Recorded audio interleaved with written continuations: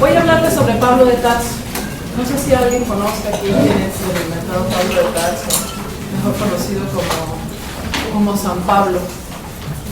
Sé que hemos venido trabajando acá durante el curso la cuestión del mesianismo y de Benjamin, ¿sí? Y algo de lo que ya hemos aprendido durante el curso, pues se verá también reflejado en esto que expondré el día de hoy. Es solamente un breve fragmento de mi tesis. Terminé ya la tesis de maestría, estoy en los trámites, y escribí la tesis precisamente sobre el mesianismo en Pablo de Tarso. Hago en algún momento alusión a Benjamin porque me parece que con Benjamin nosotros logramos ahí completar el sentido, ¿sí?, del mesianismo paulino, y porque además tengo una lectura también de Agamben, de Giorgio Agamben, del cual también ya se ha hablado en este curso, que sostiene que el mesianismo benjaminiano es un mesianismo incluido en Pablo de Tarso. Y pensando, bueno, en temas que podría yo venir a contarles o platicar con ustedes, y espero que haya conversación de ambos lados, pensé en seleccionar algunas partes y dividir en 4 temas la exposición. Estábamos comentando ahorita allá afuera lo que había sucedido en el Congreso en Toluca. No sé si estuvieron ahí, si siguieron el simposio del profesor Dussel. Y sucedió que al menos en la mesa donde estuvo Bernardo también, Cabildo está aquí, también estuve yo y estaba el profesor Dussel. Sucedió que todos estábamos manejando este tema de mesianismo. Está curioso. Y no habíamos tenido tiempo de conversarlo después, Bernardo, pero no sé qué te parezca. Haciendo un juicio y ahorita comentando con unos compañeros al respecto, decíamos que en esa exposición que dimos, y el propio profesor yo creo que lo hizo saber ahí, el nivel de discusión que teníamos nosotros ya no era introductorio. Entonces dimos por sentado que los demás sabían qué era el mesianismo, ¿sí?, de qué se trataba, por qué estábamos leyendo la Biblia, ¿sí? Y quizás eso no funcionó tan bien en la exposición porque no hubo suficiente tiempo para hacer la introducción necesaria. Aquí supongo que lo que llevamos de semestre, pues algo ha servido de introducción para saber y problematizar el por qué se recurre a textos de la Biblia, por qué se habla de mesianismo, por qué se usan categorías que normalmente han sido apropiadas por la teología. Sin embargo, de todas formas quiero dar una breve introducción para acordar más o menos, ¿no?, de qué estamos hablando. Hay diferentes formas de entender el mesianismo, formas que a mi juicio han sido históricamente inconvenientes, a pesar de que haya sus razones y sus porqués, ¿sí?, justificados de haberlo entendido así. Y en este sentido, en este mismo sentido en el que voy a exponer al menos 4 razones de cómo se ha entendido de manera inconveniente el mesianismo, aquí entiendo que ni Pablo de Tarso, ni Walter Benjamin, ahí con Levinas, quién sabe, ya verás ahorita por qué, al menos con Pablo de Tarso y con Walter Benjamin, que son con los que más trabajo, no estarían pensando en al menos estas 4 posibilidades. Yo le llamo a esto mesianismo inconveniente.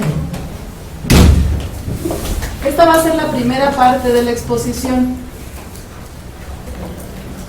¿Qué es este mesianismo, no? El mesianismo inconveniente. Después intentaré dar una definición o lo que yo he considerado que es propiamente el mesianismo político. Después hablaré sobre ya específicamente el mesianismo en Pablo de Tarso y abordaré las coincidencias o los acuerdos que encuentra Agamben entre Pablo de Tarso y Walter Benjamin, además de tratar de hacer una lectura que considere cómo se está leyendo a Pablo de Tarso desde Europa y cómo se está leyendo a Pablo de Tarso desde Latinoamérica, al menos solamente con Dussel, ¿sí? Entonces, bueno, 4 maneras inconvenientes, por decirlo de algún modo, de entender el mesianismo. Primero, como esta esperanza en el Mesías. Y el Mesías se entiende aquí como Jesús. Esta es la manera tradicional en la que se ha leído la Biblia de forma literal. Es decir, cuando se habla de mesianismo, uno inmediatamente piensa en Jesús el Cristo, que fue el ungido y que en algún momento regresará, y entonces hay que esperar a que regrese para que nos redima, nos libere y nos traiga el reino de los cielos, ¿no? Y el reino de Dios. Y entonces, pues lo que ha sucedido, ya todos lo sabemos, ¿no? Resulta que el Señor nunca volvió. Entonces se quedó la gente esperando. Y en esa espera, pues la espera suele ser pasiva.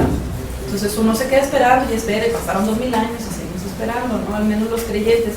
Y ahora, ¿no? Con la catástrofe ambiental y con un montón de signos, ¿sí? que encuentra esta imaginación ahí, pues están a la espera aún, ¿sí? de que este Mesías regrese.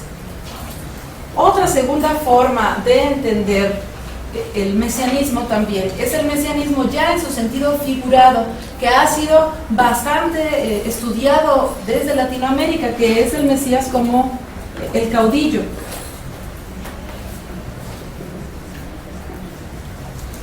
Es decir, nosotros tenemos un Mesías acá, pero el Mesías es un líder popular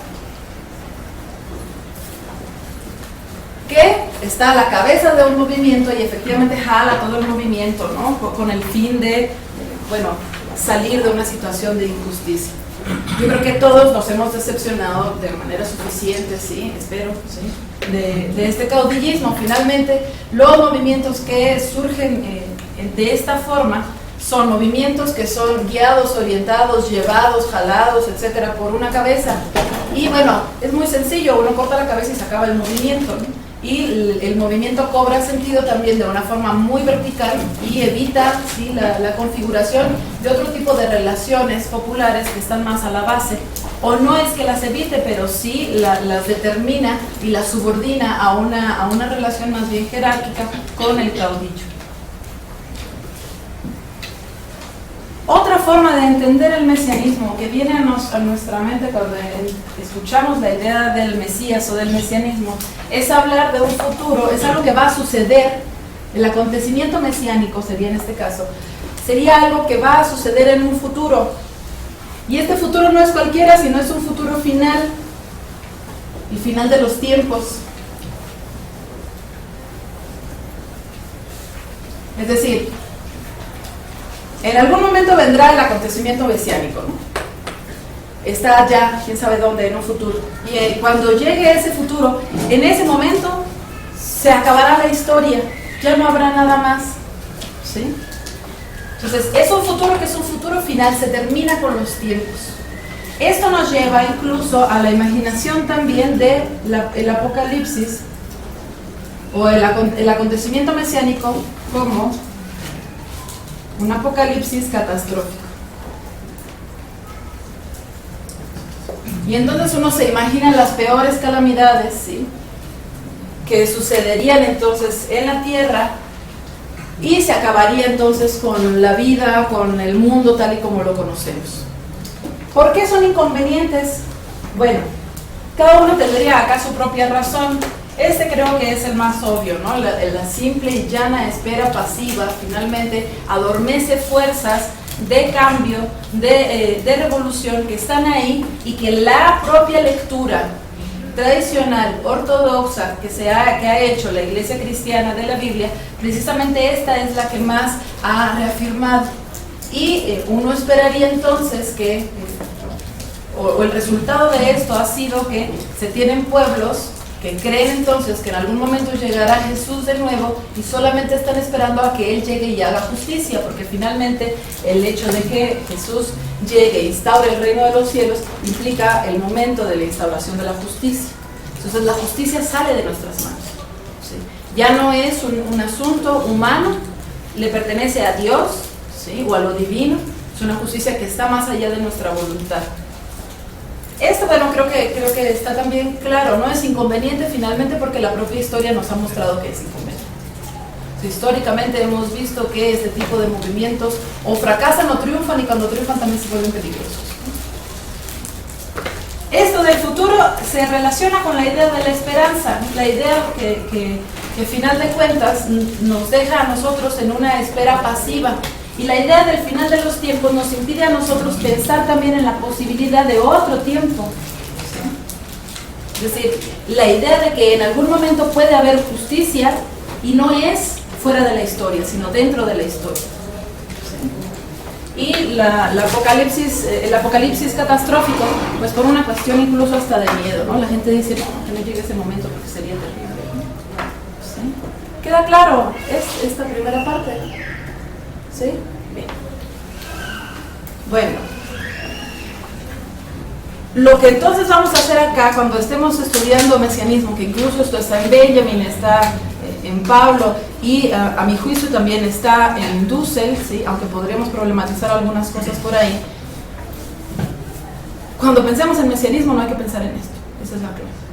Entonces ahora vamos a ver qué yo propongo que se podría pensar, ¿sí? Cuando hablamos de mesianismo.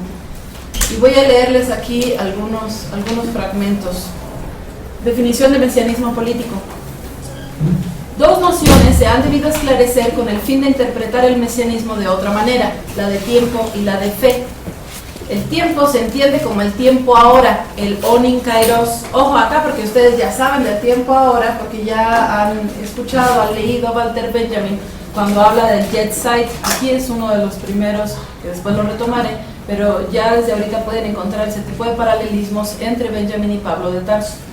El tiempo se entiende como el tiempo ahora, el onin kairos del que habla Pablo de Tarso. ¿Sí recuerdan quién era Pablo de Tarso o no? Es este señor que iba en el desierto, se le apareció Jesús, pero que antes perseguía a los nazarenos y le dijo Jesús, ¿por qué me haces esto? Y el Señor de repente se convirtió en el más nazareno de todos, ¿no? Pero es judío, ¿sí? Normalmente nosotros pensamos en Pablo como un cristiano, ¿sí? Y en Pablo como el pilar fundamental a partir del cual surge la Iglesia Católica, porque empezó a formar las eclesias, ¿sí? Pero en la filosofía política contemporánea se está estudiando la figura de Pablo, curiosamente porque la historia nos ha dado a un Pablo terrible, ¿no? O sea, la Iglesia cristiana ortodoxa, tradicionalista, ha utilizado a Pablo, ¿sí? En todas sus prácticas imperialistas, misóginas, que atentan contra el cuerpo y contra la vida, ¿no? Entonces utilizan cosas que dice Pablo por ahí, ¿sí?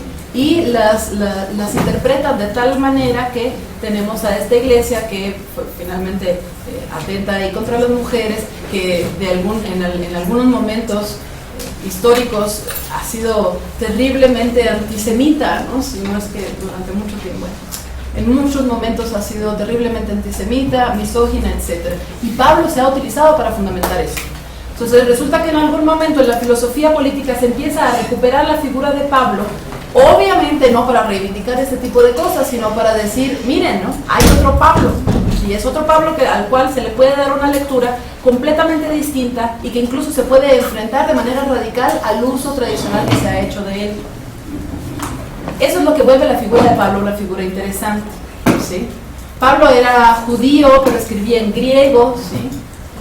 Perseguidor de los nazarenos, después se convierte en el defensor número 1, nunca conoció a Jesús, nace aproximadamente unos 5 o 10 años después que él, pero nunca lo conoce, ¿sí? Entonces es una figura interesante acá y vamos a ver los términos en los que discute Pablo, a ver qué les parece, pues. El caso es que si uno habla entonces de mesianismo político, hay dos nociones que nosotros tenemos que repensar, que es la noción de tiempo y la noción de fe. El tiempo se entiende como el tiempo ahora, el onin kairos del que habla Pablo de Tarso, que vincula de un modo singular la historia con el presente.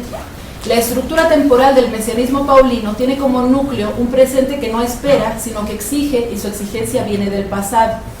En ese sentido, la lectura de los textos paulinos, que ubica el momento del acontecimiento en un futuro que no nos pertenece y al cual accederemos no por cuenta propia, disuelve el sentido de responsabilidad por el acontecimiento y provoca que el sujeto tome posición en una espera pasiva, que es la explicación que daba sobre la inconveniencia del número 1. También la concepción de la fe como la relación personalísima del individuo con su Dios. Normalmente eso entendemos nosotros por fe. Es decir, la fe como una cuestión meramente epistemológica, tengo una creencia.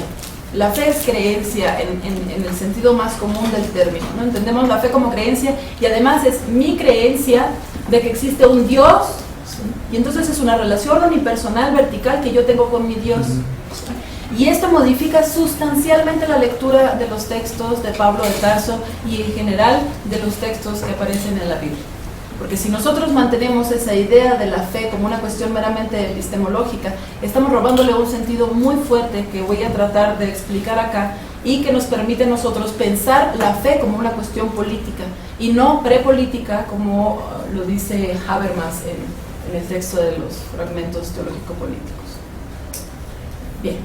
También la concepción de la fe como la relación personalísima del individuo con su Dios ha ocultado la fe como pistis, es decir, la fe no exclusivamente como creencia, sino también como la praxis del pueblo que está unido por una promesa de redención. La narración bíblica, y en eso tanto los que interpretan literalmente como aquellos que lo hacen de un modo político están de acuerdo, es la historia de una promesa divina de salvación y liberación de su pueblo. ¿Dónde, cuándo y de qué forma se han dado o se darán y para quiénes? Es lo que la filosofía al acercarse a estos textos discute. Nosotros entenderemos el mesianismo político como una categoría que describe un sentido inmanente de necesidad de redención, que da forma a una subjetividad comunitaria basada tanto su búsqueda como su fundamento en la solidaridad y la justicia. No es colectiva o social ni individual por los lazos que son posibles en un modo comunitario. La comunidad, nos dice Landauer, no es una suma de individuos aislados, sino una solidaridad orgánica. De lo que se habla aquí es de relaciones de fraternidad y no solo de acumulación y o distribución de los cuerpos. Es preciso que señalemos también de qué modo la categoría de mesianismo político permite un trabajo sobre lo histórico, porque establece la relación con una justicia que solo es posible gracias a la memoria. Una memoria que, en el sentido agambeniano, no olvida aquello que es inolvidable, es decir, no olvida que no hay una justificación para el sufrimiento y que la historia de la humanidad puede leerse desde la necesidad de terminar con él y vivir de un modo más justo. La justificación clásica que nosotros tenemos dentro del sistema capitalismo actual es que los pobres son pobres porque son flojos, porque es su culpa, porque no quisieron estudiar, etc. ¿Sí? Todos los que sufren pareciera que está en ellos la culpa de su sufrimiento. Una perspectiva mesiánica en la política sostiene que no hay ninguna culpa que origine el sufrimiento. El sufrimiento no es una cuestión de culpa, sino es una cuestión de injusticia. Como se entrevé, hay en todo esto una política escatológica y utópica. Es escatológica en el sentido que narra la transformación de un eón a otro. Acá cuando decía yo de esto del futuro final, de lo que se trata acá es de entender que no es propiamente la finalidad de los tiempos, ¿sí? Sino es la finalidad de un tiempo, de una era, que es el eón, que le llaman. Entonces es una era que termina y entonces hay la posibilidad de pensar en la posibilidad de otra era que no es esta de sufrimiento, de injusticia en la que vivimos. Entonces por eso es escatológica, porque el escatón es el que hace el corte, rompe con una era, termina un tiempo y empieza otro. No es el final de los finales, es histórico todavía, discutiendo ahí con Levinas. Es escatológica en el sentido que narra la transformación de un eón a otro, de las tinieblas a la luz, una antítesis cósmica, como la llama Scholem, una lucha concreta de la exterioridad por su sobrevivencia, como la entenderá Dussel. Pasar de la esclavitud a la libertad es acabar con la causa del sufrimiento que impide ser libres, es anular la legitimidad del dominio. Es utópica porque aquello que se está anhelando, evitar el sufrimiento y que se repita, es algo que no está dado en el mundo. Ojo con la noción acá de utopía. No es aquí, la utopía que estoy pensando aquí no es necesariamente la utopía en un sentido afirmativo. Y esta es toda la influencia de Benjamin también. Es decir, no es establecer un mundo y la forma de un mundo, la figura de un mundo, la imagen de un mundo posible, sino y positivamente descrito. Es decir, sería un mundo en donde todos hiciéramos tal cosa y donde todos, no sé, nos comportáramos de tal manera, etc. Eso sería una utopía en sentido positivo. De lo que se trata acá, con toda esta influencia también del pensamiento crítico negativo benjaminiano, es mostrar la utopía más bien desde lo que no está ahí. Es una crítica radical al mundo, no establece otra forma, otra imagen de un mundo posible, pero sí critica cosas que aparecen en este mundo visible. ¿Sí? va a quedar más claro esto después. Ahora, bueno, voy a ir apuntando cosas que me parecen que son importantes acá, por lo menos lo de la fe. Mesianismo político.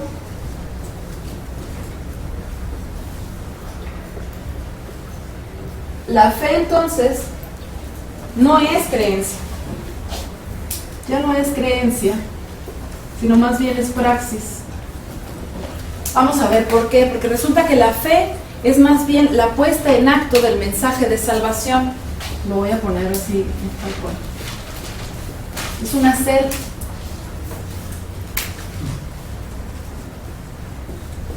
Dado que tengo confianza en la promesa de salvación, lo que hago es poner en acto el mensaje que es el Evangelio, ¿sí? Entonces, la fe es más bien una praxis, es un hacer y no es un creer nada más. Esto implica además que el mesianismo político no es entonces, como pensábamos, como se piensa en estas formas, no es algo individual. Porque se nos ha enseñado a creer que la salvación es personal y es de uno, ¿no? Pues ahí voy, ¿no? Sálvese quien pueda, ¿no? Sí. Y aquí el asunto es, o nos salvamos todos o no se salva nadie. ¿Sí? Entonces no es algo individual, porque eso también forma parte de la propia ideología capitalista, y va más allá de eso también, pero también forma parte de la ideología capitalista. Es decir, yo necesito salvarme a mí, ¿no? Primero yo, después yo, y luego yo, ¿sí? Y entonces yo voy a hacer mi esfuerzo por yo sacarme adelante, a mí, a mi familia, a mis queridos, y los demás pues ahí se la ven, ¿no? Pero finalmente, bueno, la experiencia que tenemos hoy nos da cuenta de que no es posible eso, ¿no? O nos salvamos o el mundo se va al carajo como se está yendo, ¿no? Entonces no es algo individual, ¿sí? Sino más bien es algo comunitario. Y aquí en lo comunitario yo hacía referencia a Landauer. El texto de Landauer es genial. El de la revolución está re bueno, así, porque es un cristiano anarquista. Entonces se pone buena ahí la discusión. Hay que leer a Landauer, como que está un poquito olvidado. Bueno, yo creo que es así como notas importantes de lo que está aquí. Ah, bueno, que es escatológico. Escatológico en el sentido que narra el fin de un eón, es decir, de una era, y pasa a otra era. Y además es utópico, pero la utopía entendida más bien en sentido negativo, crítico negativo, o negativo crítico. Con eso.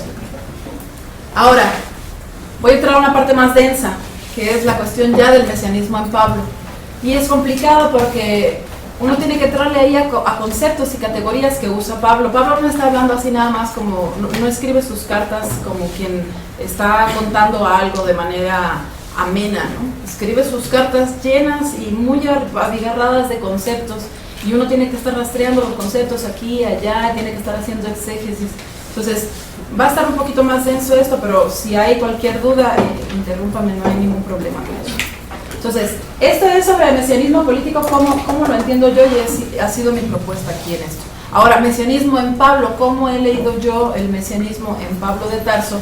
Y esto con el fin, insisto, de robarle, ¿sí?, ese Pablo condenatorio, ese Pablo misógino, ese Pablo imperialista, ese Pablo antisemita, robárselos a la ortodoxia cristiana de la iglesia y proponer otro Pablo que nos dice cosas, pues ustedes harán su juicio ahí, ¿no? Pero que me parece que son relevantes para pensarnos incluso hoy por hoy en nuestras propias luchas. La justificación de la fe. Esto va a estar dividido en varios temas. El primero es la justificación de la fe. Después voy a hablar de la ley de la fe y la ley de las obras. Y después voy a hablar sobre el sujeto mesiánico en Pablo, que para mí, insisto, va a ser un sujeto popular, es el pueblo, no es el individuo. Entonces, bueno, vamos con la justificación de la fe. Para Pablo, la fe justifica, es decir, permite no ser juzgados por el trabajo que se hace para salvarse. La ley es capaz de justificar el dominio, la fe justifica salvarse de él. Entendemos la fe de Pablo como pistis. Según Thayer, el concepto que es, no sé si ustedes han visto, ¿alguien trabaja aquí con textos bíblicos? ¿Está haciendo su tesis sobre eso? ¿No? Sí. Por allá. Bueno, pues hay un programa que uno puede bajar de internet que se llama Espada. ¿Sí es Espada? ¿Sí? ¿En inglés? Sí. Este es ese programa. Lo pueden bajar ese programa y es un programa que sirve mucho para hacer investigación en textos bíblicos y para hacer exégesis. Uno puede bajar ciertos módulos ahí y entonces uno está buscando la palabra, no sé, el esjatón, o uno está buscando fe. Y entonces le pone, fe en las cartas de Pablo de Tarso, en fe, y te aparece todo, y te aparecen todos los versos, y te aparecen las definiciones. Entonces es muy, muy bueno para los que estamos haciendo algún trabajo que tenga que ver con esto. Es una herramienta bastante útil. Y dentro de este mismo programa hay diccionarios. Entonces yo me estoy refiriendo aquí a Thayer, que es un diccionario en específico que hace un estudio ahí sobre los conceptos que aparecen, muchos conceptos que aparecen en la Biblia. En este caso el de fe. Entendemos la fe de Pablo como pistis. Según Thayer, el concepto de pistis puede ser entendido como una fuerte convicción o creencia en que Jesús es el Mesías, a través del cual nosotros obtenemos la salvación eterna en el reino de Dios. Pero esto no nos basta porque es la interpretación literal del texto bíblico. Necesitamos analizar el concepto de pistis más allá de las fronteras literales de la narración y considerar su contexto histórico y la fuerza que se desprende del uso que Pablo hace de ella. Pablo está escribiendo contra el Imperio Romano, contra la ortodoxia judía y además quiere persuadir a los gentiles.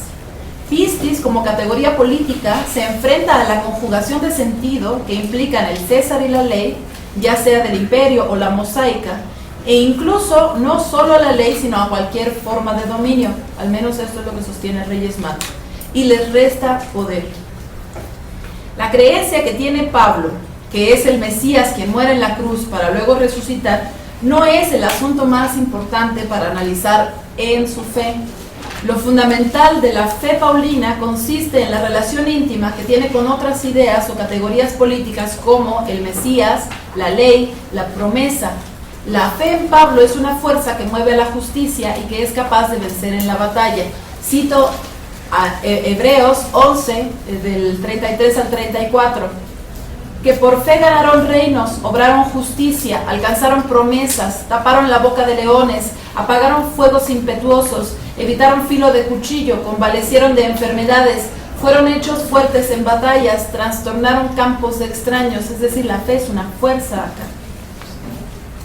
Algo muy distinto es tener un acercamiento a la fe de Pablo que a la fe en Pablo. Es decir, yo no me dedico a estudiar si Pablo creía o no creía tal cosa, si Pablo hacía o no hacía tal cosa, sino la categoría de fe que usa Pablo en sus textos, cómo funciona.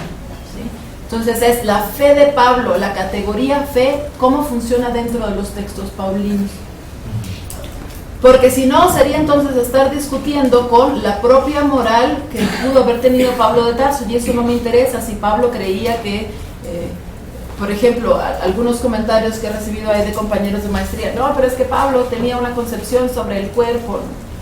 Yo no creo en la interpretación que se hace normalmente sobre cómo ve Pablo al cuerpo, que ha sido interpretado así por la iglesia cristiana, que Michel Onfray y Nietzsche se quitan las vestiduras de coraje porque eso ha sucedido.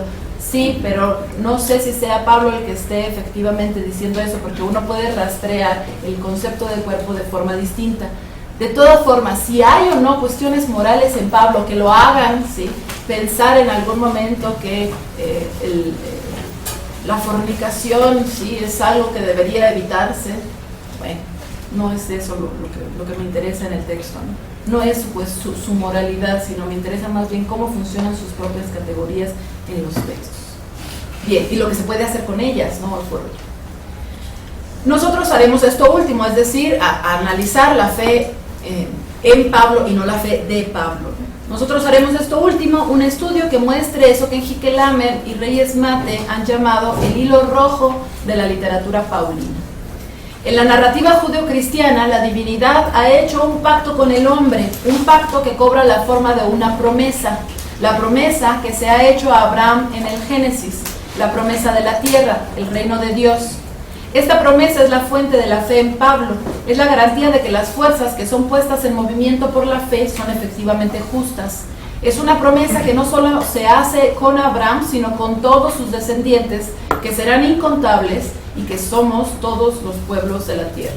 Aquí, bueno, tengo entre paréntesis ahí esto de que serán incontables, que son sus descendientes, eso está en el Génesis 17:7, en el 13:16, etc. Pablo conoce la oposición aristotélica de dinamis y energía, potencia y puesta en acto, y las usa para referirse al evangelio y a la fe, respectivamente. Bueno.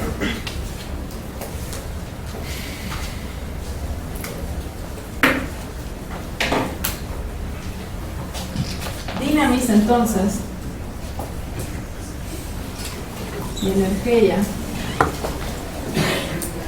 Dinamis es potencia.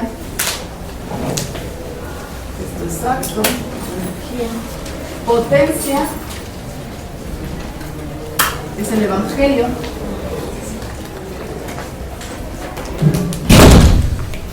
Y en la energía está la fe, es energía. Ahí vamos a entender con mayor detalle por qué la fe es praxis y no meramente una cuestión de creencia. Pablo conoce la oposición aristotélica de dinamis y energía, potencia y puesta en acto, y las usa para referirse al evangelio y a la fe respectivamente. Para Pablo el evangelio, es decir, el anuncio, el mensaje de salvación, eso significa evangelio, es el mensaje de salvación, es decir, están salvados. Eso diría el evangelio, ¿no? El punto fundamental del evangelio es decir, estamos salvados.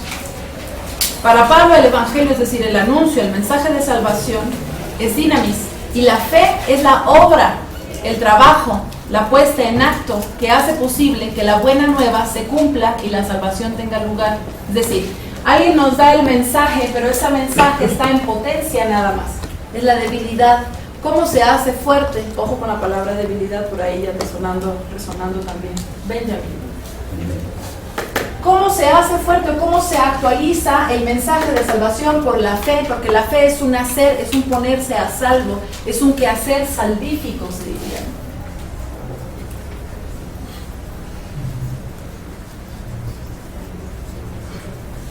Me se llama Paulino. Entonces, la fe son las cosas que yo hago en las cuales actualizo la potencia que hay en el mensaje de salvación. Si actualizo la potencia del mensaje de salvación, entonces lo que hago son cosas para salvarnos, porque no podré salvarme si no salvo todo. Bien. En Romanos 1:16 dice Pablo: porque no me avergüenzo del evangelio, porque es potencia, y la palabra que usa es dinamis. Recuerden que Pablo está escribiendo en griego, ¿no? Porque no me avergüenzo del evangelio, porque es potencia, dinamis, de Dios para salud a todo aquel que cree. Y en Tesalonicenses 1:11 dice Pablo: asimismo oramos siempre por vosotros, que nuestro Dios os tenga por dignos de su vocación, e hincha de bondad todo buen intento, y toda obra, ergón, de fe con potencia, dinamis, es decir, toda obra de fe. La fe es un hacer también, es un quehacer de toda obra de fe con potencia, que es el punto o lo que colma a la fe, que es precisamente el mensaje de la salvación. ¿Sí va quedando más o menos claro? ¿Sí? Si seguimos la interpretación agambeniana de la fe paulina, entendida como tener la plena persuasión de la necesaria unidad de promesa y realización, esto está en el tiempo que resta de Agamba. Esta plena persuasión es lo que pone en acto la potencia del anuncio de salvación, es decir, es la fe como energía. Lo que se anuncia es la fe que muda en acto la potencia del anuncio. La fe es pasar a acto, es la energía del anuncio, nos dice el filósofo italiano. La potencia, dinamis, es la facultad o poder para hacer lo que ya, pero todavía no se es. Una forma de poder que por no estar actualizada se juega dialécticamente como debilidad. Pablo diría, somos culpables, pero ya estamos salvados. Culpables por Adán, salvados por Cristo. La potencia, dinamis, para transformarse en una nueva vida, para alcanzar la salvación, está inscrita en el mensaje, y es la fe la que lo pone en acción para producir las obras de la fe. Este poder es la justificación de la fe. Sería una cosa muy sencilla, ahorita va a quedar más claro. Si la fe es un quehacer salvífico, y este quehacer salvífico está en función de lo que Pablo va a llamar, y ahorita va a quedar claro, la ley del Espíritu, ¿sí? Lo que hago entonces yo por la fe, finalmente es lo que me lleva a mí a estar justificado. Recuerden que el tema del que estamos ahorita es la justificación de la fe. ¿Por qué la fe justifica? ¿Sí? Y este era un debate que Pablo tenía en su tiempo, porque ¿cómo era que los gentiles podían llegar a ser justificados y salvados si ellos no eran circuncisos? ¿Sí? Si ellos no seguían la ley mosaica. Y entonces Pablo rompe con esa determinación y dice, no importa que no cumplan con la ley mosaica, cumplen con la ley del Espíritu. Ahorita vamos a ver eso. ¿Sí? Es decir, hacen cosas que quizás violen lo que dice la ley, pero de todas formas no violan lo que Dios o la ley divina está esperando. ¿Sí? Todavía entendido aquí, vamos a analizar con más detalle esto sobre Dios o no Dios. Ahorita veremos. Bien.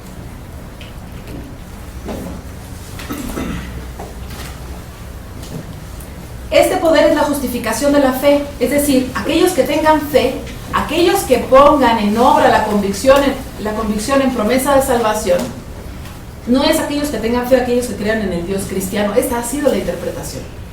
Por eso las cruzadas, por eso las persecuciones, por eso los asesinatos, por eso las masacres. Porque ¿quién es el que no tiene fe? Fe es pistis de Gimos. El que no tiene fe es apistos. Y esto se entiende como el infiel o los infieles. Y entonces hay una persecución histórica hacia los infieles porque no creen en el Dios cristiano. Pero no es eso, ¿sí? La interpretación que al menos yo estoy haciendo acá. Sería más bien aquel que no está siguiendo la ley del Espíritu, que les adelanto, es una ley de vida y de amor. ¿Sí? Es decir, no es que no crean en Jesús, no es que no crean en Dios. Incluso Pablo en algún momento dice, si tú te topas con alguien que no cree, déjalo ir, ¿no? O sea, tú no tienes por qué obligarlo. Sin embargo, bueno, históricamente como que es como que no se le Ahora bien, el mensaje dice, están salvados, pero es preciso que se ocupen de su salvación. La salvación es algo que se hace. Salvarse es redimirse, salirse de la situación de esclavitud y convertirse en un nuevo hombre. Estamos salvados por la resurrección de Cristo, dice Pablo. Con su sangre se ha limpiado el pecado de muerte heredado por Adán. Es decir, Pablo, al anunciar la muerte de Jesús, anuncia la inocencia ante el sufrimiento. Ya no hay ninguna culpa que pagar. Al contrario, el quehacer salvífico, que cobra sentido a partir de la confianza en la realización de la promesa de salvación, está plenamente justificado porque el amor, como ley divina de justicia, ha vencido a la ley que da muerte al justo. Fue la muerte del Cristo. Con el Mesías, asegura Pablo, se hereda la vida eterna, el reino de Dios, pero no todos heredan. Solo aquellos que tengan fe, que pongan en acto el mensaje del anuncio. Es la cuestión de vocación o la llamada. Klesis es la palabra en griego. El mensaje, el evangelio también es una llamada, es decir, están salvados, ¿no? ¿Quién viene? ¿Quién se apunta? ¿No? Vamos a salvarnos. Entonces, no todos van a responder. El asunto es que no todos responden. Incluso aquí uno podría analizar esto con la idea de la interpelación de Althusser, ¿no? O sea, ¿quiénes son los que responden a la llamada? Y al responder a la llamada, ¿se acuerdan del ejemplo de Althusser, que es el policía que dice, ¡hey tú! Y que entonces uno voltea, ¿no? Entonces en ese momento te conviertes en sujeto. Aquí uno podría interpretar esto así también desde Althusser. ¿Están salvados? ¿Quién viene? ¿No? Entonces yo volteo y digo, y esa es la vocación mesiánica. Entonces me dedico entonces a salvarnos. y así es como se conforma la vocación. Es curioso porque si uno sigue, por ejemplo, los textos, ¿cómo se llama esto? El texto de Weber, que es el del espíritu protestante y el capitalismo, ¿sí? Ahí lo que se dice es que Lutero, cuando traduce la noción de vocación o de eclesis al alemán, lo traduce como Beruf. Y Beruf, ¿quién sabe qué es? Trabajo. Entonces Beruf es trabajo y es algo muy distinto que vocación. O sea, ya de por sí vocación uno lo entiende más o menos como algo trabajo. ¿Para qué nací así? Nací para ser doctor. Entonces es mi vocación ser doctor. Entonces la noción de vocación no era una vocación de profesión. Esto es a partir de la traducción que hace Lutero de la Biblia, que lo traduce por Beruf, se convierte en trabajo y entonces estamos llamados a trabajar en algo. Y en eso que hemos sido llamados a trabajar, hay que hacerlo lo mejor posible, ¿no? Y mientras más trabajemos en eso, y mientras mejor nos vaya en eso, más cercanos estamos de Dios. Por eso es que Weber está analizando ahí esta traducción de Lutero y el movimiento protestante y la influencia que tiene o cómo se forma como matriz también del propio capitalismo, porque finalmente este trabajo y este que te va bien, finalmente parece que te está acercando a Dios. La vocación mesiánica efectivamente te acerca a la salvación, pero no es porque ganas más lana, sino es porque trabajas más por la justicia. Entonces fíjense la diferencia, entender la vocación como una llamada para la justicia y entender la vocación como Beruf, como la llamada para ver para qué eres bueno. Entonces, no todos heredan, no todos responden a la llamada de salvación y de justicia, ¿no? Solo aquellos que tengan fe, no porque crean, sino porque son los que hacen, que pongan en acto el mensaje del anuncio. Diciéndolo profanamente, la creación de nuevos hombres, salvación, está justificada por la interpelación de la llamada, vocación, para hacer un mundo más justo, reino de Dios. Es decir, como tratando de profanar este tipo de categorías que son tradicionalmente entendidas de forma teológica, pero aquí las estamos entendiendo de forma política. Buscar la salvación es buscar la justicia que no está presente en el mundo. Hablamos de nuevos hombres en el sentido en el que Tillich entiende el nuevo ser. ¿Qué es este nuevo ser?, dice Tillich. El nuevo ser no es algo que simplemente ocupe el lugar del antiguo ser, sino la renovación del antiguo ser que se ha corrompido, deformado, roto y casi destruido, pero cuya destrucción no ha sido total. La salvación no destruye la creación, lo que hace es transformar la antigua creación en una creación nueva. Podemos hablar pues de lo nuevo en términos de una renovación, de ahí que el prefijo re aparezca en 3 palabras decisivas, es decir, en reconciliación, en reunión y en resurrección. Entonces uno puede incluso analizar la idea de la resurrección de Jesús, ¿sí?, o la idea de la resurrección del Mesías o del Cristo, no como la imagen que nosotros vemos literal, ¿no?, del fantasmita que va saliendo de la cueva y entonces va yendo hacia los cielos, sino la idea de la creación de un hombre nuevo. Muere un hombre viejo, ¿sí?, y nace un hombre nuevo. Y lo fuerte ahí es que este hombre viejo muere también por cuestión de dominio de la ley. Y eso hace que nosotros tengamos una perspectiva y experimentemos después entonces, para Pablo, la ley de una manera muy distinta. Porque ya sabemos que la ley mata, y mata al justo. La ley no es justicia. Entonces hay que pensar en algo más allá de la propia ley. Los hombres salvados son pues los hombres justos, los que han tenido fe. La fe hace al justo acreedor de la victoria, pero es una victoria que aún no ha sido alcanzada. Bien, eso con respecto a la justificación de la fe. ¿Por qué la fe justifica? ¿Por qué la fe nos declara como justos? ¿Sí? No, es difícil poder sacarnos, ¿sí?, cuando digo ¿por qué la fe nos declara como justos? No está hablando una creyente con ustedes. ¿Sí? Cuando digo ¿por qué la fe nos declara como justos? Es como si estuviera diciendo ¿por qué el quehacer por la justicia nos convierte en justos? Compañero. Pero entonces, ¿quién es el justo? La misma Biblia dice, en algunos de los evangelios dice que el justo peca 7 veces. Entonces el justo, y el número 7 implica mucho. No es que literalmente sí, peca los 7 veces, sino que peca hasta el cansancio. Sí. Y es justo, pero entonces ¿qué vamos a entender por justo? Ese es uno de los problemas fundamentales acá, y es donde se vuelve como más rica ahí la discusión. ¿Qué sería la justicia? Pero es diferente, ¿no? ¿Qué es el justo y qué sería la justicia? Bueno, el justo sería aquel que estás buscando hacer justicia. Y la idea aquí es, tú vas a ser declarado, tú vas a ser justificado, y la justificación implica que tú eres justo, es decir, que a la hora del juicio a ti no te van a pasar por, no vas a ser juzgado, te van a declarar libre de juicio, ¿sí? O te van a declarar justo, tú no mereces ningún castigo, tú no mereces ninguna culpa, ¿sí? Entonces, ¿quiénes son el pueblo de los justos? Porque no es así nada más el justo, sino los pueblos justos, o el pueblo de los justos del que habla Pablo, son aquellos que se guían por la ley de la fe y la ley del Espíritu. ¿Qué es esta ley de la fe y qué es esta ley del Espíritu? Es lo que quiero, justamente a lo que quiero pasar. Entonces, si quieres, vemos qué es esta ley de la fe y del Espíritu, que tiene que ver con la vida, ¿sí? No va a quedar completamente claro porque no está en Pablo completamente trabajada la idea de justicia. Y para esto también nos da muchas señales, Benjamin, ¿sí? Pero al menos rastreemos esta idea del amor, rastreemos la idea de la vida en la ley del Espíritu y después repensamos la pregunta. Compañero. La cuestión ahí es que si el justo peca 7 veces al día, podríamos plantear la pregunta de cuántas veces peca el injusto, ¿no? Y el injusto, por definición, no peca, porque no responde a este llamado, no responde a la interpelación. Él siempre va a creer justificada toda su actividad, ¿no? Todo un sistema dado.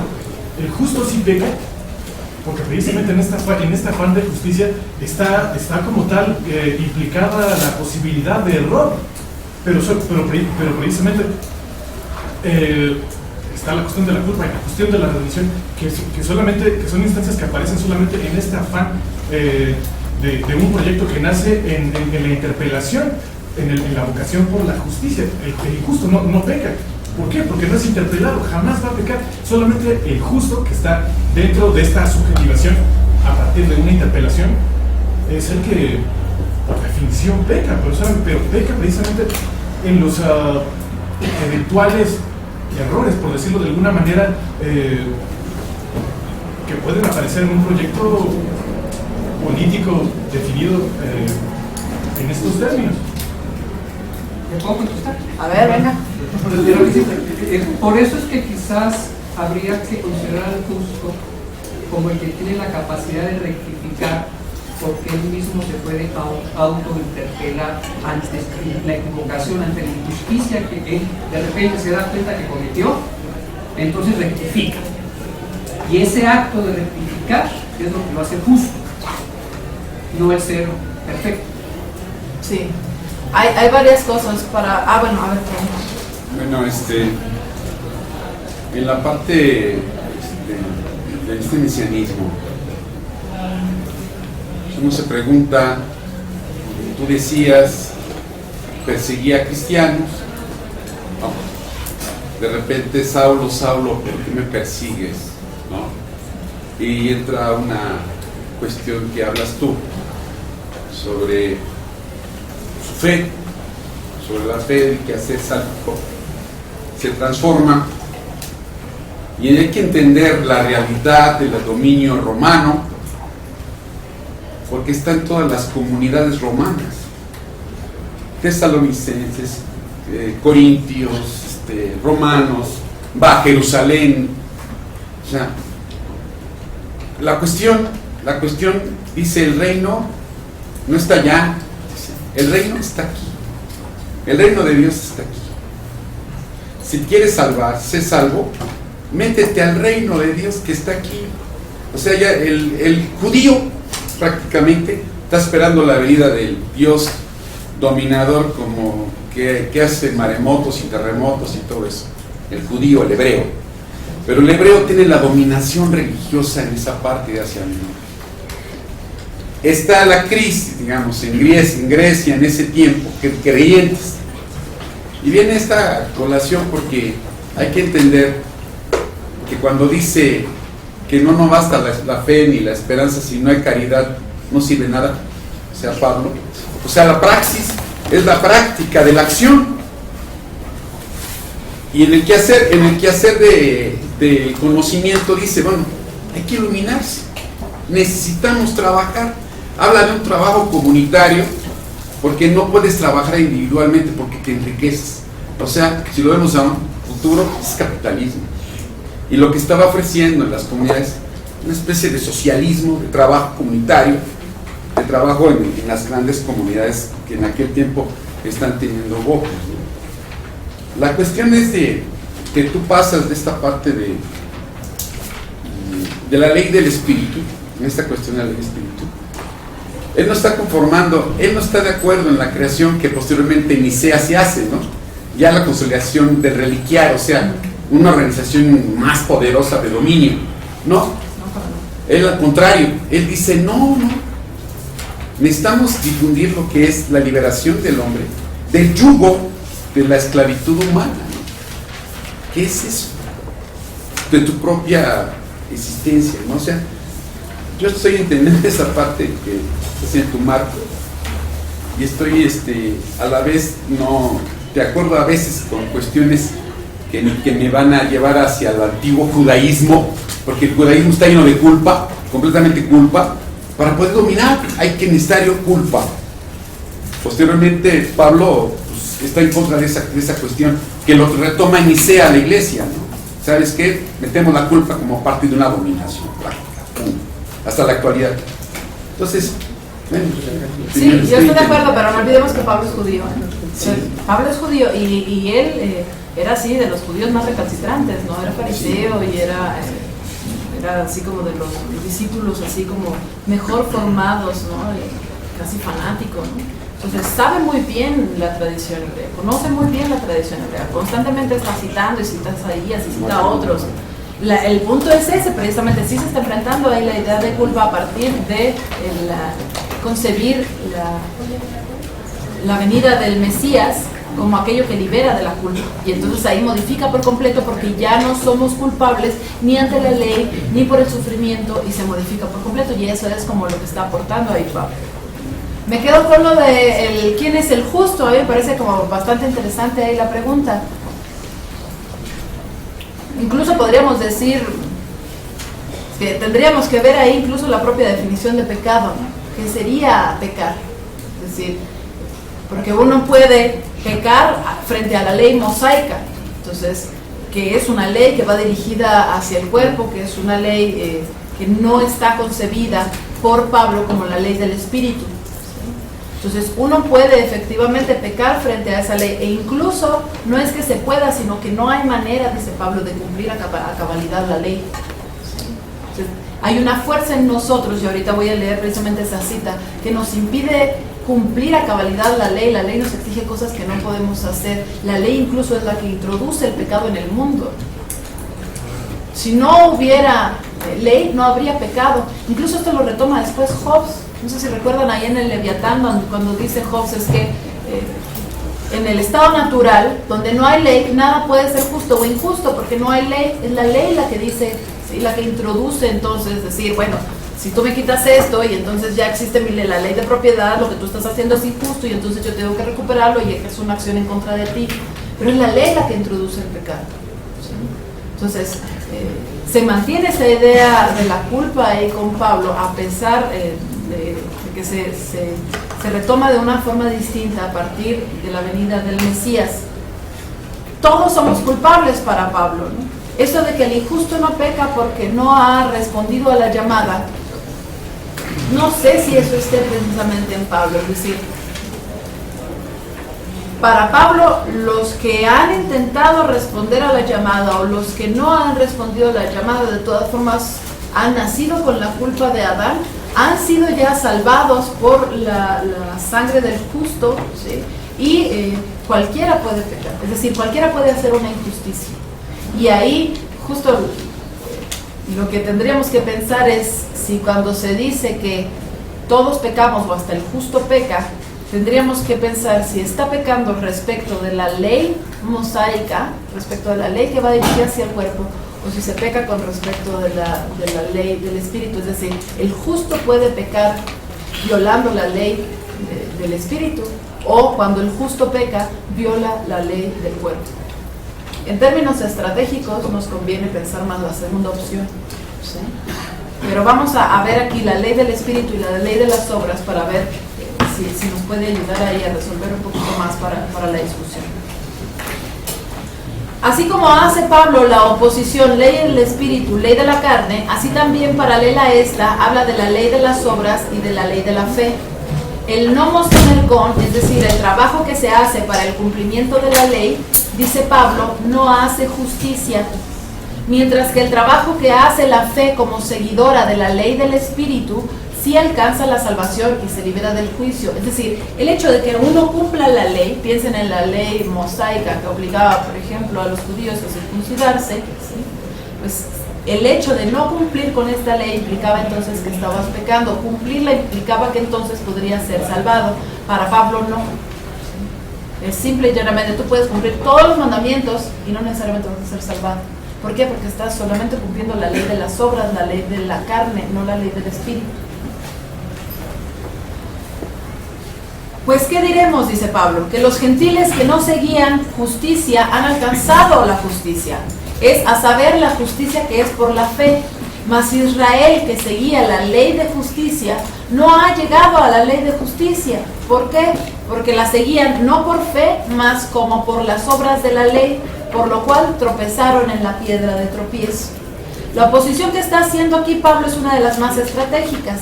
En este fragmento de Romanos, su mensaje consigue interpelar a los paganos porque les promete una salvación que ha hecho extensiva a todos los hombres de la tierra. Es decir, se ha sostenido durante siglos, ¿sí?, que el judaísmo generó un particularismo en la salvación. Solamente nosotros somos el pueblo de Israel y nosotros somos los que seremos salvados.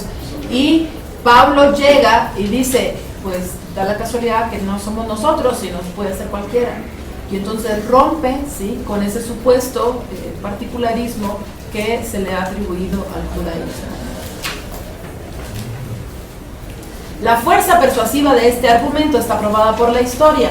Habrá quienes con mucha razón histórica acusen esto como un universalismo cristiano que ha sido fuente de sentido en sus prácticas imperialistas. Habría mucha razón para pensar en esto. Este es el evangelio, este es el mensaje de salvación. La fe justifica, hace justos a los hombres y los libra del juicio final, no la ley. La ley divide, separa, mientras que la fe une en la salvación. Por eso los que han sido seguidores de la ley también serán juzgados, porque por la ley no se alcanza la gloria del justo. Sabiendo, dice Pablo, que el hombre no es justificado por las obras de la ley, sino por la fe de Jesucristo, nosotros también hemos creído en Jesús el Cristo para que fuésemos justificados por la fe de Cristo y no por las obras de la ley, por cuanto por las obras de la ley ninguna carne será justificada. Esto no quiere decir que si nosotros creemos en la figura de Jesús como el Mesías, eso nos convierta a nosotros de manera automática ya en los salvados, sino lo que podríamos pensar aquí es, Pablo no busca la idolatría, lo que está pensando aquí es cómo podríamos nosotros reproducir las obras del Cristo, es decir, cómo podríamos nosotros devenir los Cristos, es decir, devenir los que hacemos, los que provocamos y los que generamos esos acontecimientos mesiánicos.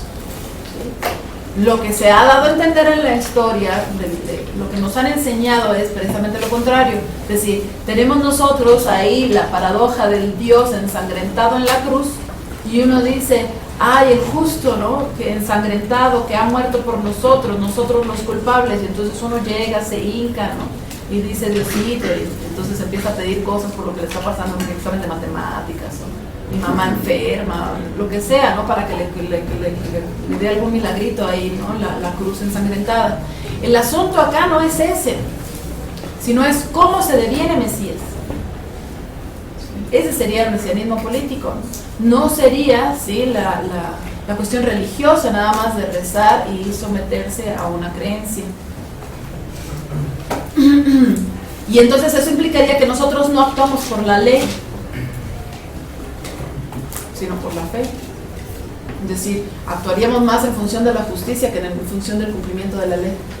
Y esta metáfora no coincide con este número 2 del caudillismo, digo, esta imagen de de Cristo ensangrentado no es como la imagen del Che Guevara muerto, la de Zapata muerto, Villa muerto. Sí, pues, pero justamente, o sea, no sé qué piensen ustedes, pero de nada nos sirve, ¿sí?, traer a adorar al Che Guevara en nuestras palabras, ¿sí?, y a Zapata, y ponerles un altar en el Día de Muertos y decir mis muertitos y los recuerdo, si uno no hace lo que ellos hicieron. O sea, la función no es la idolatría. O sea, no nos sirve de nada decir, pues sí, fueron muy chidos, mira lo que hicieron, murieron por cuestiones de justicia, qué bueno.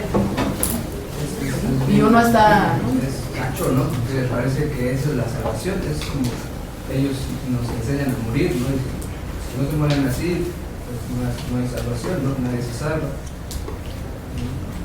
Hay que estar dispuestos, ¿no?, a morir. Sí, y es más padre la idea de Dulce, ¿no?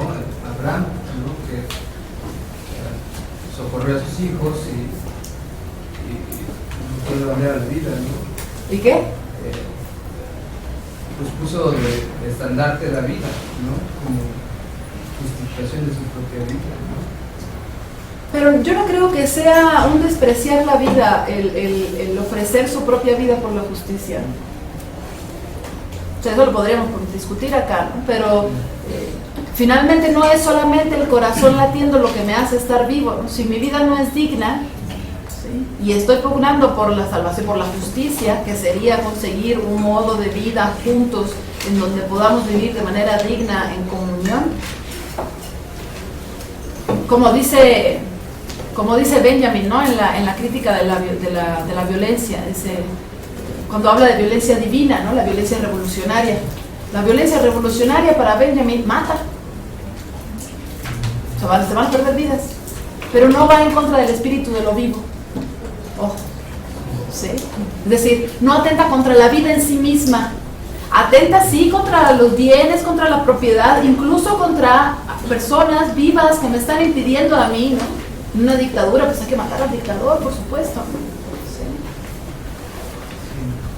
Pero no atenta contra el espíritu de lo vivo, diría Benjamin. Pero no enseña a morir, más bien como enseña a vivir, ¿no? En este, siguiéndole. No es una prédica de muerte.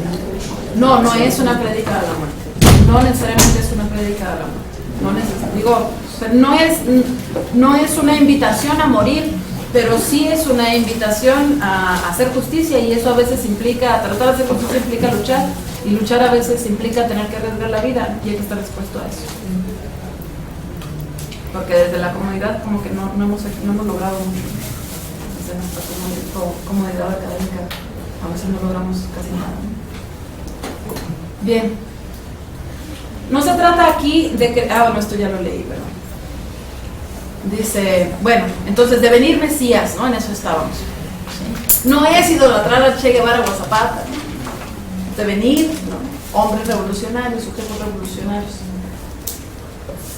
La ley de la fe es la ley del espíritu, la ley del neuma, que incluso podría interpretarse como la ley ética en Pablo. En Gálatas 3:2 dice Pablo, esto solo quiero saber de vosotros. ¿Recibisteis el espíritu por las obras de la ley o por el oír de la fe? Cierto. La ley del neuma, el principio de vitalidad, solo puede ser alcanzado por la puesta en acto del mensaje de salvación, es decir, por la fe. Pero ¿cuál es esta ley del espíritu? ¿Cómo se enuncia? En Romanos 13:8 dice Pablo, no debáis a nadie nada, sino amaros unos a otros, porque el que ama al prójimo cumplió la ley. La ley del espíritu, traducida no en el ama a Dios sobre todas las cosas, esta es otra de los cambios que produce Pablo en el pensamiento. No es amo a Dios, no, sino amo a mi prójimo como a mí mismo, ¿no? Y eso modifica sustancialmente también la práctica del pistis. Sino en ama a tu prójimo, sitúa las obras de la fe en el terreno mundano. Así, mientras que el amor es la labor de las obras de la fe, en las obras de la ley, dice Pablo, lo que opera es la ira. Porque la ley, dice Pablo, obra ira. Porque donde no hay ley, tampoco hay transgresión. La ley provoca la ira de Dios. Sí. Aquí Pablo está encontrando la estructura condenatoria de la ley humana. Si no hubiera ley, no hubiera transgresión, o al menos no se imputaría como tal. Por la ley entra el pecado en el mundo y por ella se le conoce. La ley encierra en sí misma su maldición. La maldición es que no es posible cumplir siempre la ley y esto hace al hombre de inicio transgresor. Siempre vas a estar violando la ley. En ese sentido podría entenderse lo que comentaba el compañero. Dice Pablo, así que, queriendo yo hacer el bien, hallo esta ley, que el mal está en mí. Por cuanto la intención de la carne es enemistad contra Dios, porque no se sujeta a la ley de Dios, ni tampoco puede. Porque todos los que son de las obras de la ley están bajo de maldición, porque escrito está, maldito todo aquel que no permaneciere en todas las cosas que están escritas en el libro de la ley para hacerlas. Dice, por cuanto la intención de la carne es enemistad contra Dios. Si uno lee así esto de manera muy superficial, inmediatamente piensa efectivamente en toda esta tradición cristiana que atenta contra nuestro cuerpo. Pero si leemos con más cuidado, Pablo hace una diferencia entre sarx y soma. Sarx es carne, soma es cuerpo. Es distinto. El cuerpo para Pablo es algo divino. Habla del cuerpo de Cristo. Y es algo a partir de lo cual nosotros reivindicamos la vida. ¿Sí? Entonces, el cuerpo no es el pecado. Sarx, la carne a la que se refiere acá, serían más bien estos apetitos meramente autorreferenciales que nos causan a nosotros un gozo solamente para nosotros, independientemente de si a los demás les hacemos daño. Es autorreferencial, estos apetitos, que pueden ser cualquier tipo de apetitos que nuestro cuerpo, que nuestra sarx, que nuestra carne pueda tener, pero que son solamente para nuestra satisfacción. ¿Sí? Que no nos llenan de vida, nos llenan de un simple placer. ¿Sí? Y que ese placer, el problema no es sentir placer, el problema es cuando se vuelve una autorreferencialidad que no, que utiliza, aquí ya incluso hasta en términos kantianos podríamos decir, que utiliza al otro como un medio de satisfacción. Bueno, las obras de la fe en la ley del Espíritu, al contrario, bendicen al hombre con vida y amor. Esta ética que hunde sus raíces en el amor al otro, traduce la devoción singular a lo divino en la devoción a los otros. El amor para Pablo es la fuerza que vigoriza la salud del cuerpo de la comunidad. Pablo se está enfrentando con una crisis moral y su mensaje de salvación, que es un mensaje político, no puede comprenderse plenamente sin tomar en cuenta sus dimensiones éticas. Palabra fiel, dice Pablo. Palabra fiel, y estas cosas quiero que afirmes, para que los que creen a Dios procuren gobernarse en buenas obras. Estas cosas son buenas y útiles a los hombres. Palabra fiel es pistoso logos. Fíjense la combinación, qué curioso. ¿Sí? Cuando llega él a hablar allá con ellos, les dice, yo no vengo aquí a hablarles con retórica, ¿sí? ni con los grandes argumentos, vengo a hablarles con el espíritu, con fuerza, porque para él el logos no basta, se necesita pistis, pistoso logos, la palabra fiel. Pablo pareciera conocer el ideal del kalos kagatos griego, el que sabe gobernarse a sí mismo. Dice Pablo, porque los gentiles que no tienen ley, naturalmente haciendo lo que es de la ley, los tales, aunque no tengan ley, ellos son ley a sí mismos. Pero este gobierno de sí no es efecto de un acto puramente racional. Piensen también en Séneca, ¿no? Es más o menos contemporáneo acá. Séneca diciendo, a ver, la razón, ¿no? Es la guía, el timón del barco, la que nos ilumina, la lámpara en la oscuridad. Séneca que dice, las pasiones son como enfermedades y demonios que hay que mantener fuera de uno, la razón es la que debe entonces gobernar lo que nosotros somos, y eso entonces nos va a dar nuestra tranquilidad del alma, y eso entonces es lo que nos hace felices. Aquí, bueno, Pablo está proponiendo algo distinto. El gobierno de sí no sería un acto puramente racional, no es solamente la razón la que nos gobierna. Por eso dice pistoso logos, palabra fiel. El logos sin pistis no colma de sentido a la ley y la convierte en una maldición para el hombre. Es decir, la fe, el trabajo por la salvación, la idea de la justicia, trabajar por la justicia, la fuerza del propio pistis o de la propia pistis, Eso es lo que generaría entonces otro tipo de hombres, o un nuevo hombre que no sea el hombre que quizás Séneca esté rechazando, o que uno podría llamarle el injusto o cualquier otro, ¿no? o el apistos, ¿no? El infiel. La constitución del pistos requiere de una, es decir, del hombre de fe, requiere de una transformación ética, es darle muerte al hombre viejo y la renovación y su renovación. Las obras de la fe, que son los actos de amor, liberan a los que transgreden las leyes humanas de la maldición y del juicio. Eso es importante, ¿no? Es decir, a nosotros se nos enseña como buenos ciudadanos, si es que nos enseña algo de ciudadanía, a cumplir la ley. ¿Sí? Entonces, cruza la calle por la esquina, no te pases, no robes. En fin, ¿no? Un montón de prescripciones de lo que uno tiene que hacer, esas son las leyes. Pablo dice, tú puedes muy bien violar esas leyes y de todas formas vas a ser declarado justo. ¿Sí? Entonces, en un sentido débil, nosotros podríamos entender así, nosotros podríamos fundamentar o sustentar incluso principios de desobediencia civil en Pablo. Y en un principio fuerte, muy fuerte, uno podría incluso plantear términos anarquistas.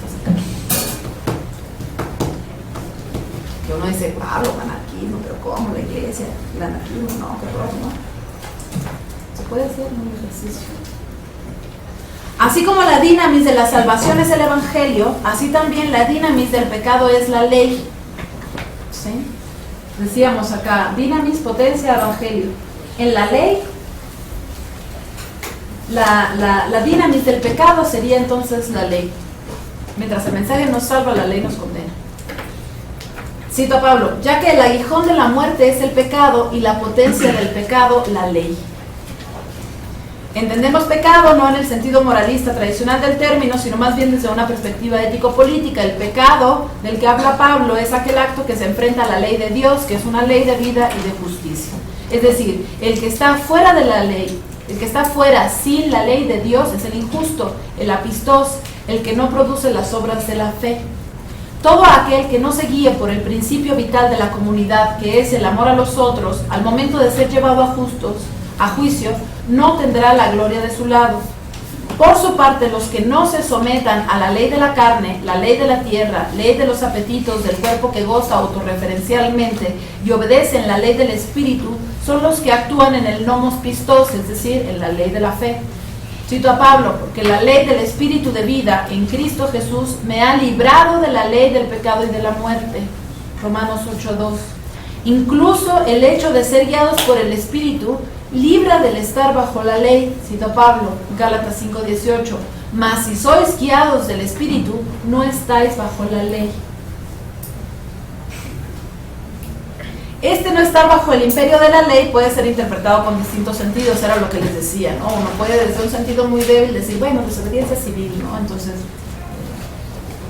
una semiprotesta, ¿no? Pero uno puede plantear incluso una ética de vida, una ética política de vida, como el anarquismo, que plantea la eliminación de esta jerarquía vertical que me impone a mí su ley y genera una propia manera de gobernarnos o otra manera de gobernarnos. Pero bueno, esa es una discusión que nos va a llevar la vida, ¿no? Lo importante es establecer que para Pablo lo que no debe ser transgredido es la ley del espíritu. Lo que se castigará al momento de hacer justicia no será el haber violado las leyes humanas, sino haber actuado en contra de la ley del espíritu. El mismo Pablo en el citado Romanos 3:31 dice, luego, ¿deshacemos la ley por la fe? En ninguna manera, antes establecemos la ley. La categoría que usa aquí Pablo es katargeo, es decir, no tanto como la traducción de la Reina Valera nos marca deshacer, sino hacer inactivo, inoperante. Es decir, no es que se desaparezcan los preceptos u obligaciones, sino que estos preceptos y obligaciones tienen su fundamento en la fe. Bueno, aquí voy a tratar de explicar un poquito. Para Pablo,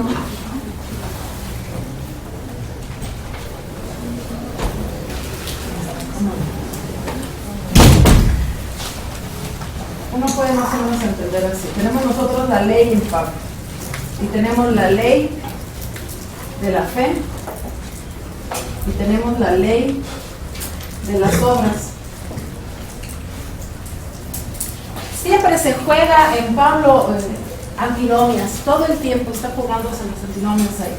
Y las antinomias que conforman la ley son bastante curiosas, porque por un lado tenemos nosotros la promesa, que es de lo que les hablaba al principio, la promesa de redención, la promesa de la tierra, la promesa de justicia, la promesa del reino de Dios. Esta es la garantía, dice Pablo. Es la garantía y además es el fundamento de la ley. Pero además la ley, que eso es lo que normalmente nosotros conocemos, la ley es prescriptiva, tiene una prescripción. Y entonces miren las combinaciones que podemos hacer acá. La prescripción de la ley de la fe es muy sencilla. Sí. Muy sencilla. Ama a tu prójimo. Dice Freud, ¿no?, que no se les pudo haber ocurrido a los cristianos nada más antinatural que amar al prójimo. Freud dice, eso es lo más antinatural del mundo, ¿no?, en el malestar de la cultura. Si lo primero que hago cuando veo a alguien distinto a mí es odiarlo, ¿cómo lo voy a amar? Pero bueno, ahí ustedes si le creen o no le creen al Freud. Si no le creen, diría que su super yo cultural está demasiado, los tiene demasiado dominados, ¿no? Pero pues quién sabe. Y la prescripción, por ejemplo, de la ley de las obras, uno podría dar, bueno, el ejemplo que he dado, lo que he dicho, ¿no?, la circuncisión, por ejemplo. ¿Cómo es? ¿Primero con C? No.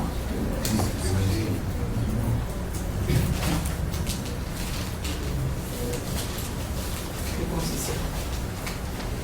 Entonces, la idea es la siguiente. Para Pablo va a ser importante, esto es lo más importante para Pablo, la ley de la fe, no la ley de las obras.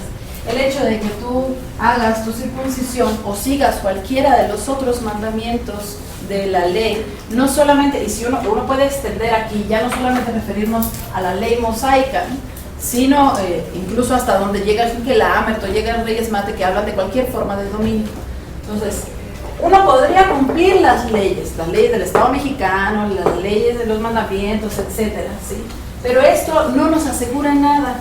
Lo que sí nos asegura es la ley de la fe. Uno puede cumplir la ley de la fe y entonces, sí, efectivamente, va a obtener como garantía la promesa de salvación. Si uno cumple la ley de las obras, no necesariamente vas a poder ser salvado, vas a poder ser declarado como justo. ¿Por qué? Pues por el caso de Jesús el Cristo, simple y sencillamente que hubo prescripciones, hubo una aplicación de la ley que mató al justo. Entonces ya la ley no necesariamente es justa. Dos sentidos. Uno, ese, es decir, la ley es injusta, ¿sí? La ley puede ser injusta, puede matar al justo, y en ese sentido no necesariamente va a ser una garantía que porque tú cumplas la ley vas a estar salvado. ¿Sí? Pero además también tendríamos que decir que uno puede decir, pues no cumplo. ¿Por qué no? Porque resulta que la prescripción que tu ley me está dando atenta contra la promesa. Y aquí es donde entra este espacio ahí que podemos nosotros rastrear de posibilidad de enfrentarnos o de escaparnos al dominio y a la ley desde Pablo. No sé si quede claro. Si la prescripción de la ley de las obras no está fundamentada en la promesa, es decir, yo veo que efectivamente me va a hacer ir en contra de la prescripción de la ley del Espíritu, que es amar a los otros, yo puedo con las manos en la bolsa violar la ley, ¿no? Porque sé que voy a ser declarado como justo, aunque se me castigue por la ley de las obras, no se me castigará por la ley del Espíritu. ¿Sí queda claro?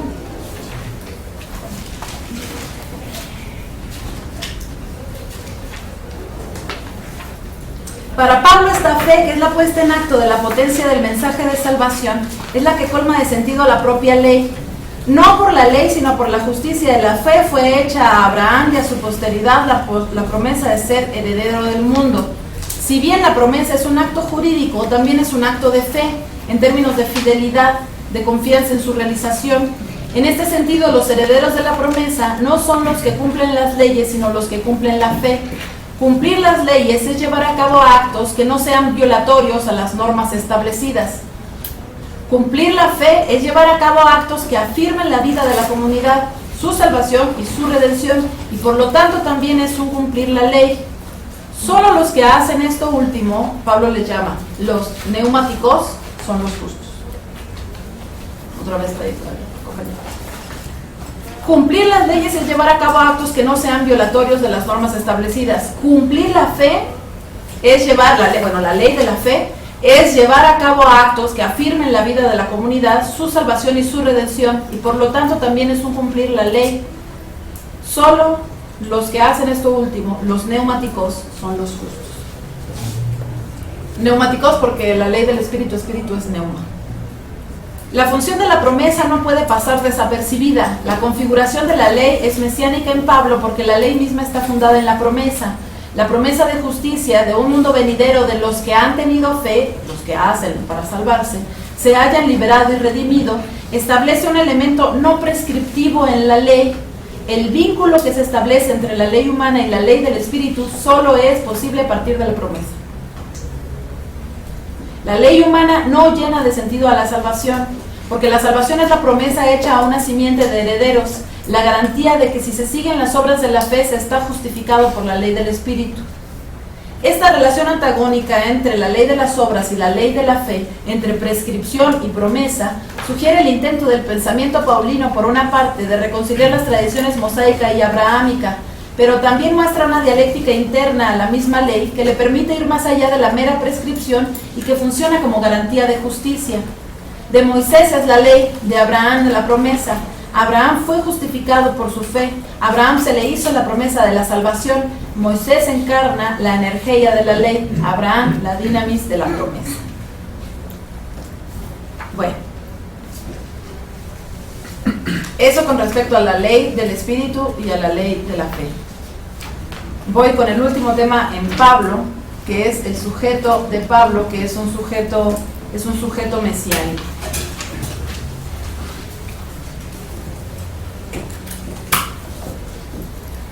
Voy a hacerlo un poquito más rápido, aunque no va a quedar tiempo. El pueblo de Pablo, el sujeto mesiánico. Buscamos que se entienda aquí que el mesianismo paulino no se trata de un fenómeno subjetivo y particular, sino de uno intersubjetivo y de comunidad. El sujeto mesiánico no es el justo, sino el pueblo de los justos. La ética y la política paulina se apartan de cualquier pretensión de individualismo o fragmentación. La llamada de la salvación es hecha a todos los pueblos como copartícipes de la herencia. Cito a Pablo en Romanos 9, 25 al 26. Como también en Oseas dice: llamaré al que no era mi pueblo, pueblo mío, y a la no amada, amada. Y será en el lugar donde les fue dicho: vosotros no sois pueblo mío, allí serán llamados hijos del Dios viviente. Es el pueblo el que puede hacer inoperante la ley cuando defiende su vida. El asunto es ese, que si entonces la prescripción de la ley de las obras atenta contra la promesa, yo puedo hacer inoperante esa ley.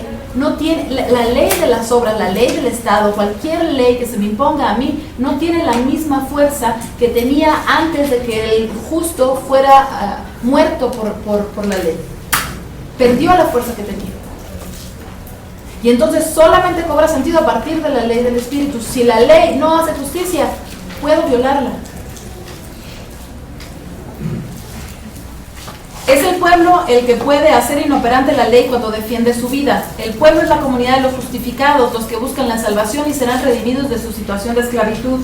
La flaqueza del pueblo, su debilidad, su falta de libertad, lo justifica y lo conforma como pueblo. La figura de pueblo como la respuesta a la dominación de una comunidad particular que se reafirma como lo universal, desestructura e impide el cierre totalitario del sistema hegemónico.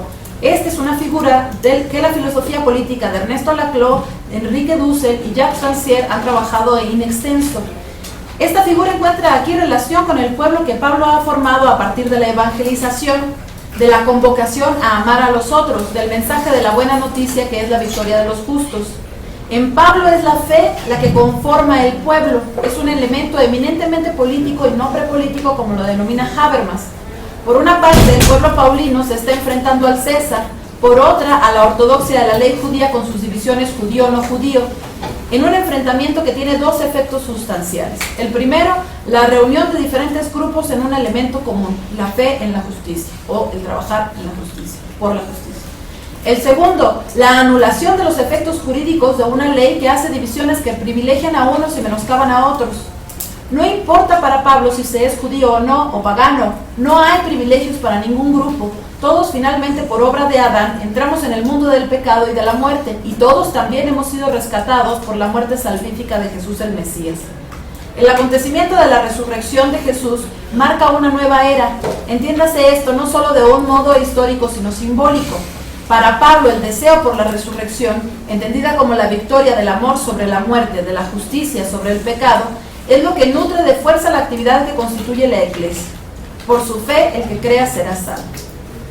La redención del pecado, es decir, la liberación del esclavo, redención, recuerden que es este pago que se le da al que tiene el esclavo para que lo deje libre.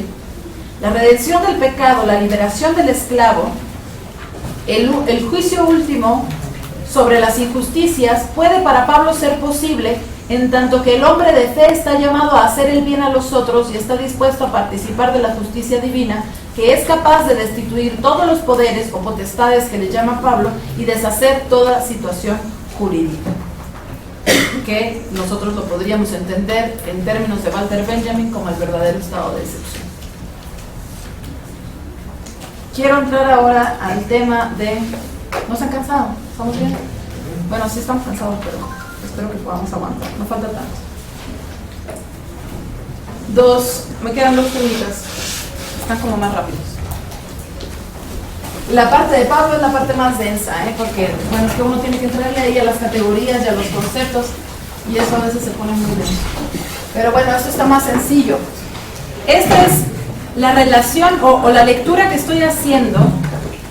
¿Cómo puede uno, más bien, cómo veo yo que se está leyendo a Pablo a ambos lados del Atlántico?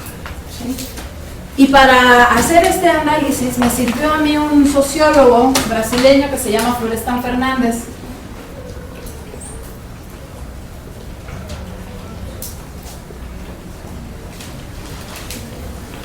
Florestan Fernández dice que finalmente, bueno, estoy partiendo del supuesto de que la filosofía se hace a partir de las condiciones históricas que se viven. No es solamente un trabajo de la abstracción, sino que surge precisamente de las propias condiciones de existencia que son históricas. Y entonces por eso utilizo estas categorías de Florestan Fernández, que sean o no verdaderas, de todas formas me sirven. Florestan Fernández habla de totalitarismo. Y dice, hay 2 tipos de totalitarismo. Dice. Tenemos nosotros el totalitarismo europeo y el totalitarismo latinoamericano. El totalitarismo europeo es un totalismo del Estado, mientras que el totalitarismo latinoamericano es más bien de clase. El totalitarismo del Estado, ¿sí? Es esto que, bueno, nosotros conocemos ya la estética de este totalitarismo a partir de las experiencias de Alemania, de España, de Italia, ¿sí? Y lo que nosotros veíamos ahí, bueno, era que pues era un partido único de masas, movimiento de masas, una refinación técnica para la propaganda. Esto es Florestan, no es que se me haya ocurrido a mí. Refinación técnica para la propaganda y el adoctrinamiento.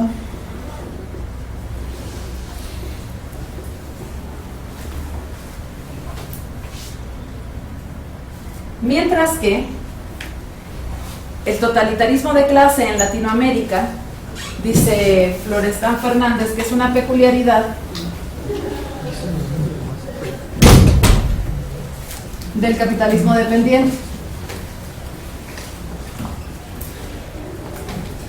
Ah, bueno, acá me faltó, claro, el líder, ¿no? El líder carismático. Es una peculiaridad del capitalismo dependiente. Y lo que sucede acá es más bien una complicidad, subordinación de la burguesía nacional frente a intereses imperialistas, dice Florestan Fernández. Hace estas diferencias, ¿no? Efectivamente nosotros podemos ver que en Latinoamérica también ha habido estos caudillos, también ha habido estas propagandas, pero lo está pensando así, y me sirve a mí en gran medida esta diferencia para poder plantear a qué responde históricamente la lectura de Pablo en uno y en otro lado del Atlántico. Entonces, acá, desde Europa, estoy pensando en Agamben, que es el que más conozco, ¿no? Y de acá, obviamente, pues estoy pensando también en el que conozco más, que es Enrique Dussel. Y ambos hacen una lectura de Pablo que es muy distinta entre ellos. ¿Sí? Y la explicación que yo doy, pues es una explicación a partir de estas categorías que tomo prestadas de Florestan Fernández. Incluso esto lo podemos rastrear más allá del mesianismo y más allá de Pablo, ¿eh? Ahorita voy a comentar por qué. Si uno lee El tiempo que resta en Agamben, y Agamben empieza a estudiar qué sería el mesianismo, cómo entiende el mesianismo en Benjamin, cómo entiende el mesianismo en Pablo de Tarso, se van a dar cuenta que no hay un sujeto mesiánico que uno pueda identificar. ¿Sí? Pareciera que lo que la teoría busca aquí, o lo que la filosofía está intentando pensar, es cómo evitar fundirse en el Estado. Implica no generar identidades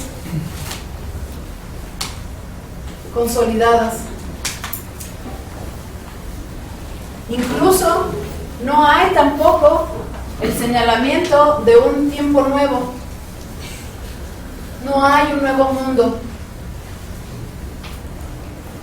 Agamben le llama una dialéctica inmóvil.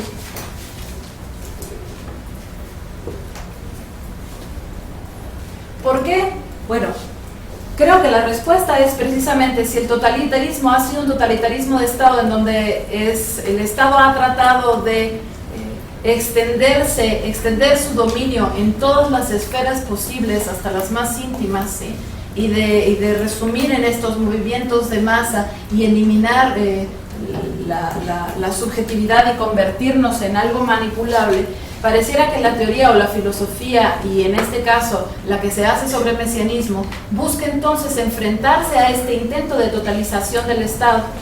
¿Cómo puedo pensar y qué puedo hacer para que el Estado no vuelva a ser totalitario? La experiencia del totalitarismo en Europa ha sido muy dura.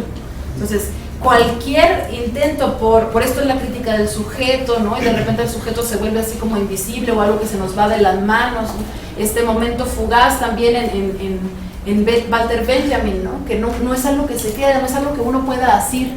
¿Por qué? Porque al momento de que podamos nosotros asir algo, tomar algo, nosotros ya estamos corriendo el riesgo de la totalización. ¿Sí? Entonces, si uno entonces está todo el tiempo en la ruptura, ¿sí? Entonces rompes la consolidación de las identidades, rompes también la consolidación del Estado, rompes la consolidación del propio tiempo para no instaurar otra era, evitas de esa manera que surja de nuevo el germen de totalización. Sin embargo, en Latinoamérica uno puede hacer una respuesta distinta precisamente a partir de estas peculiaridades históricas, porque con Dussel nosotros, pues efectivamente sí vemos, sí hay un tiempo nuevo y un mundo nuevo.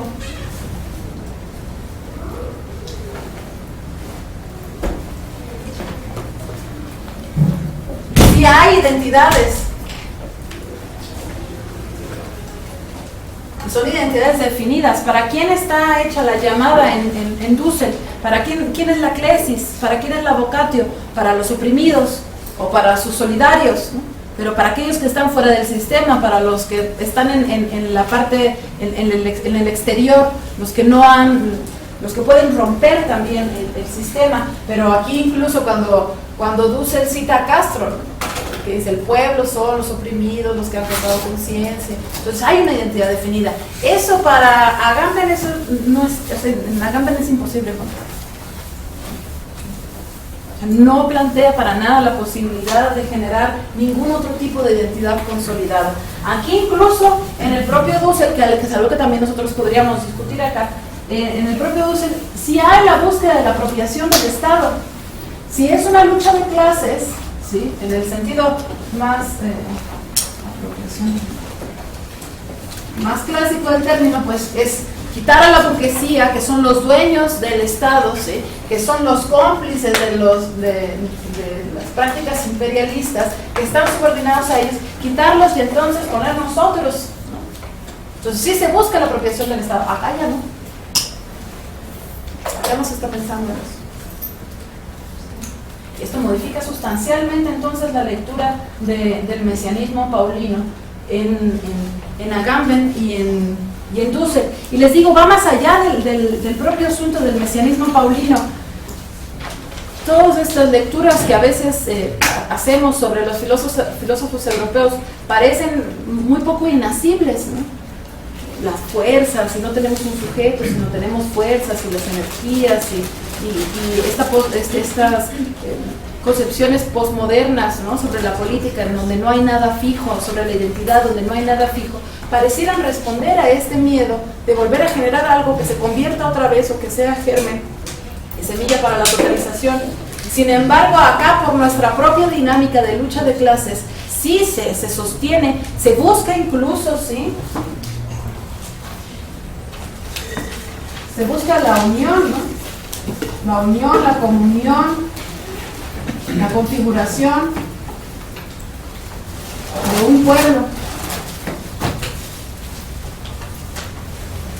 Y ese pueblo es el que se va a enfrentar entonces a la clase opresora dominante. Esto es algo que no está en la lectura europea.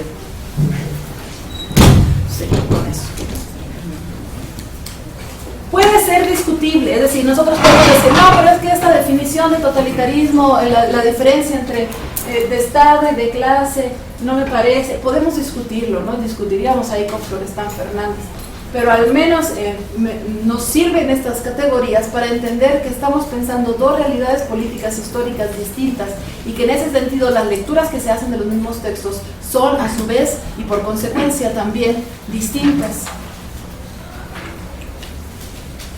Ambos, tanto Dussel como Agamben, están leyendo a Pablo y a Benjamin. Ambos están en diálogo con la teología, o al menos están leyendo los textos de los que históricamente ésta se habría apropiado.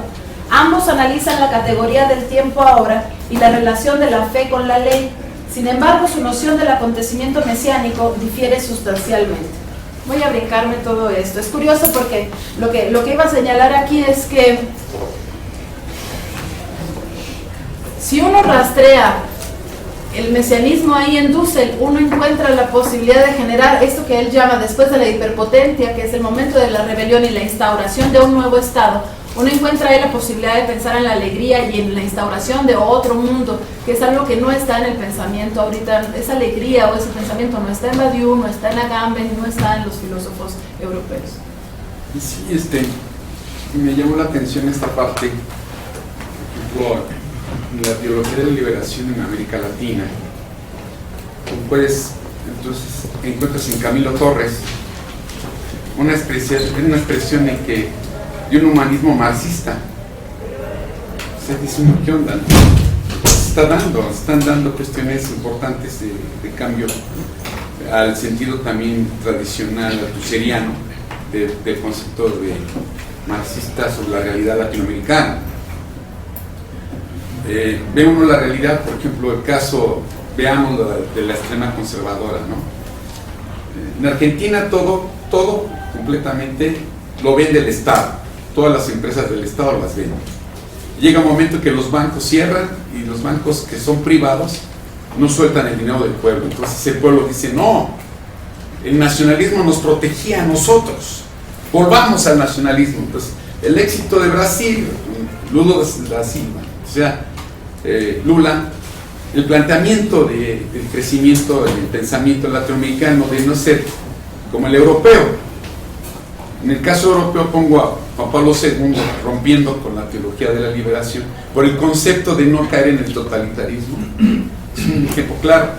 Viene a América a acabar con la teología de la liberación, acaba con Losela, prácticamente de todos los pensadores, Monseñor Arnulfo Romero del Salvador, los teólogos, entre ellos Dussel, pero entre ellos los brasileños, que dicen, no, pues hay que buscar otra realidad del sentido latinoamericano, porque el capitalismo neoliberal, o sea, eso estaban diciendo hace 30 años, nos va a llegar. O sea, yo estoy viendo el sentido de Dussel, cómo va el sentido europeo, eurocentrista filosófico de no puedes avanzar más allá, no puedes hacer, no te puedes. Entonces, ahora el cambio, volvamos al europeo, ¿qué pasa con Grecia? ¿Qué pasa con los indignados? O sea, ya está requiriendo una renovación, ya se está sintiendo ese movimiento de masas prácticamente, de que se tiene que liderar, es parte de un proceso. Bueno, me estoy refiriendo a eso. Sí. Bueno, ahí quizás si quieren tomamos estos minutos para discusión. Queda el tema ahí de Pablo y Benjamin según Agamben, pero si quieren eso lo dejamos. Son 4 notitas ahí como muy sencillas. Me gustaría más bien tomar este tiempo para discusión. Mario. Sí, igual para discusión, como dices. La primera observación, lo primero que anotaste fue el mesianismo inconveniente. Yo ahí me parece que la palabra inconveniente es inconveniente.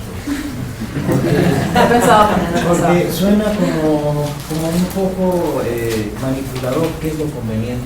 Yo te sugeriría que le llamaras un pseudo-mesianismo, porque es un mesianismo sin Mesías, y ahí que no sea conveniente. Es un mesianismo vacío, también se le podría llamar, pero esa manera de sugerencia. La otra, bueno, de todas las categorías que has señalado y que tendríamos que considerar como categorías filosóficas, la que yo he subrayado, que me llama mucho la atención, es la del espíritu, porque es un término que ciertamente está muy emparentado con lo religioso y el que es muy difícil filosofar. Y me preguntaba yo, en la medida en lo que hablabas de la ley del espíritu, ¿cuál es el sentido filosófico que le podemos dar? Y de inmediato pensaba yo en Hegel, y me preguntaba si Hegel podría estar recuperando en alguna medida una lectura de Pablo y retomar de ahí el concepto de espíritu.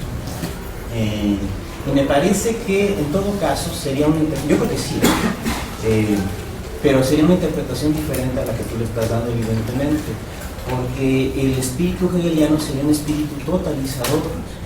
Y el espíritu del que tú nos estás hablando, la interpretación que haces de Pablo, es un espíritu destotalizador, porque está hablando de la destotalización de la ley a partir del espíritu.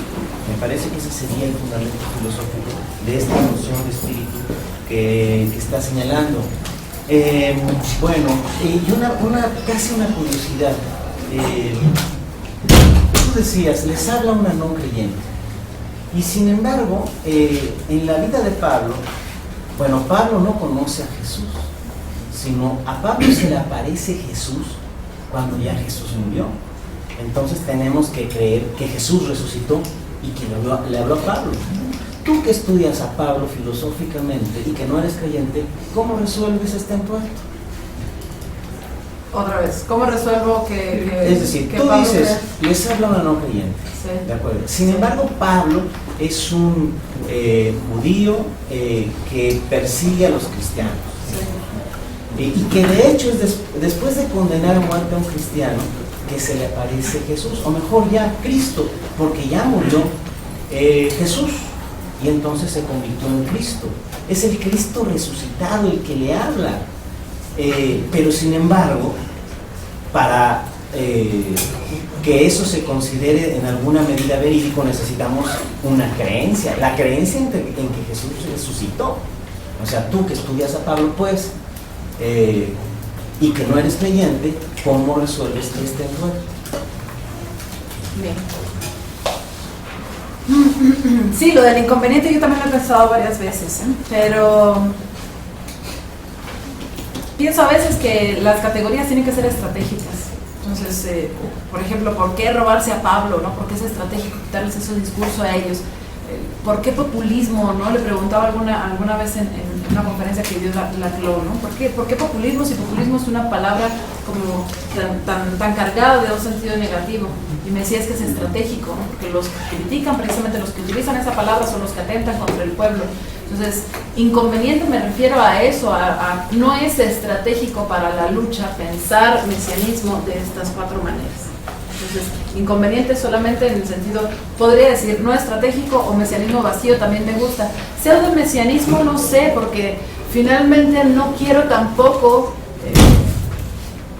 no quiero enfrentarme a la creencia religiosa de los otros. Entonces, si los otros tienen su creencia religiosa en que Jesús, el Cristo, va a venir y los va a salvar, yo les hablaré desde la filosofía política esto, pero no me quiero pelear desde el no creyente con el creyente. Entonces no le llamaría pseudo-mesianismo, me gusta lo del mesianismo vacío. Inconveniente porque se refiere, lo preferiría porque se refiere a esta cuestión de la estrategia. No nos conviene pensar el mesianismo de esta manera, porque nos hace esperar, porque no nos da fuerzas, porque nos vuelve borregos de un líder, etc. Entonces por eso no nos conviene, pensémoslo de otra manera. Luego, sobre el espíritu, este es un gran tema, porque finalmente es una oposición que hace Pablo entre espíritu, neuma, y cuerpo, que es soma, pero no es el dualismo que nosotros encontramos, por ejemplo, en Platón, en donde el cuerpo es la cárcel, ¿no? y el alma entonces sería lo que se elevaría y conocería el todo, sino espíritu se refiere más bien aquí a un principio que norma la vida y el amor, o que a partir de la vida y del amor norma al soma. La relación que tiene el espíritu y soma es indivisible, no es una... Por eso les hablaba de las antinomias. Las antinomias están en todo, Pablo, y la antinomia no es necesariamente dos opuestos que intenta uno quitar y poner al otro, sino es una relación indispensable de ambos, en los que está ahí hay cierto antagonismo. Entonces, espíritu y soma se complementan en el sentido en el que el espíritu es el principio que permite al soma vivir y lo que lo colma de fuerza, que es el amor. Entonces, así lo entiendo. Y no es solamente como... El espíritu no es tampoco sige, no es alma, ¿sí? Sino es un principio normativo. Y es necesariamente comunitario, porque soma no es solamente este cuerpo, sino soma es el somatotoclisto, es el cuerpo de Cristo. No es mi cuerpo, sino es el cuerpo de la comunidad. Entonces es la ley que premia sobre lo comunitario y que está guiando hacia la vida y hacia el amor. Por eso es que Dussel también hace tanto énfasis que el espíritu es algo comunitario. No coincidimos completamente en la interpretación, pero sí en el sentido de que sí, efectivamente es comunitario. Y además, desde mi perspectiva, que es un principio normativo. Y sobre la aparición de Cristo resucitado, precisamente esa pregunta yo me la hacía. Si Pablo no creyera que Jesús resucitó, todo lo que hay aquí, casi todo lo que hay aquí se caería, uno piensa, ¿no? Entonces yo pensaba en eso, digo, bueno, pues es que yo ni siquiera creo que Jesús pensaba, tenía ese mismo problema, ¿no? Pero justamente por eso tomé la decisión esta, ¿no? De pensar más bien sus categorías. Entonces no pienso en la fe de Pablo. Pablo sí tenía la fe que Cristo es el Mesías, que Cristo iba a venir. Yo no tengo la fe que tenía Pablo, en términos fe entendido meramente como creencia. Las creencias que tenía Pablo yo no las tengo, pero las categorías que utiliza Pablo en sus textos, estén o no estén fundadas en sus creencias, me sirven para pensar realidades políticas y conflictos actuales, y además para trabajar con algo tan problemático como es un texto bíblico desde la filosofía. ¿Sí? Entonces, no atiendo a la fe en Pablo, eso lo dejo ahí. Pero ¿por qué se habrá convertido Pablo si no se le aparece Jesús? Si Jesús ya estaba muerto. Es que ese ha sido un debate histórico, ¿no? Que si el Señor era esquizofrénico, que si no sé qué, ¿no? Entonces, esas cosas yo no las puedo resolver, la verdad, compañeros. Es que la Biblia, si caemos en una lectura literal, muy directa, de lo que está diciendo, entonces vamos a caer en la confusión, en la creencia de que un milagro necesariamente es una transformación de la física, es una transformación de la química. Jesús literalmente nunca camina sobre las aguas. El pensamiento judío de hace 2000 años es constantemente referencial a este tipo de, ¿cómo explicarlo? No sé. Alegórico. Alegorías, efectivamente, pero no están queriendo, pero no se puede leer en forma directa. O sea, no es que Jesús viene, sale de esta cueva y se le aparece a Pablo en carne y hueso y entonces el tipo recibe un shock. No, o sea, yo pensaría que ya también eso hay que hacer una interpretación. Yo pensaría que el tipo que no conocía a Jesús, de repente alguien le lleva lo que este amigo escribió y entonces se siente iluminado, pues como cuando uno lee a un autor que le deja ver cosas que uno por sí solo jamás hubiera encontrado. Y entonces uno se hace marxista, uno se hace keynesiano, uno se hace lo que sea, ¿no? En ese sentido pensaría yo que entonces podríamos responder la pregunta que tú estás planteando. Pero si nos quedamos a nivel de una interpretación exclusivamente literal de lo que se está diciendo en la Biblia, pues fácilmente caemos en los fanatismos que tanto le han costado a esta humanidad. Sí, gracias, compañero, creo que lo respondiste mucho mejor. Un comentario muy rápido. De los dos, usted hablaba de Yadusel como ejemplo, sí. Que quede claro que cada uno también lleva una praxis diferente, ¿no? Sí. Porque uno nos lleva al nihilismo y a la inacción, exacto. Primero, y el otro sí nos lleva a una praxis de transformación, ¿no? Política, por un lado. Por otro lado, me parece que habría que discutir, eso después lo podemos discutir más con calma, la invitación que nos hace al anarquismo. Lo digo porque también el anarquismo neoliberal puede utilizar a Pablo, y lo ha utilizado también para justificar su propia práctica de la ruptura de las leyes del Estado y el libre mercado en pos de la libertad. Sí. Y ese anarquismo es muy peligroso, muy peligroso, y el otro anarquismo del que hablas también podría ser muy ingenuo. Entonces habría que ver, y eso lo tendríamos que discutir. Por eso digo, esa discusión nos va a llevar toda la vida, ¿no? Justo a eso me refería, esa discusión nos va a llevar toda la vida. Una precisión sobre lo del nihilismo. Habría que ver, no sé si alguien aquí sea benjaminiano de corazón, ¿no? Un benjaminiano de corazón te va a decir, no, el nihilismo no es pasivo, ¿no? Porque Nietzsche está hablando de organizar el pesimismo. Entonces, Benjamin está hablando de organizar el pesimismo, ¿no? También está basado en algo que encuentra ahí Nietzsche sobre el nihilismo pasivo. Nietzsche dice, hay un nihilismo activo también. El nihilismo no necesariamente es pasivo, es ruptura, y en esa ruptura se puede crear. Lo que pasa es que no se dice crear qué. Y entonces donde uno se queda así como, quién sabe qué, ¿no? El Mesías entró por la ventana y se fue de repente y ya no me di cuenta de nada, nada me quedó en las manos, ¿sí?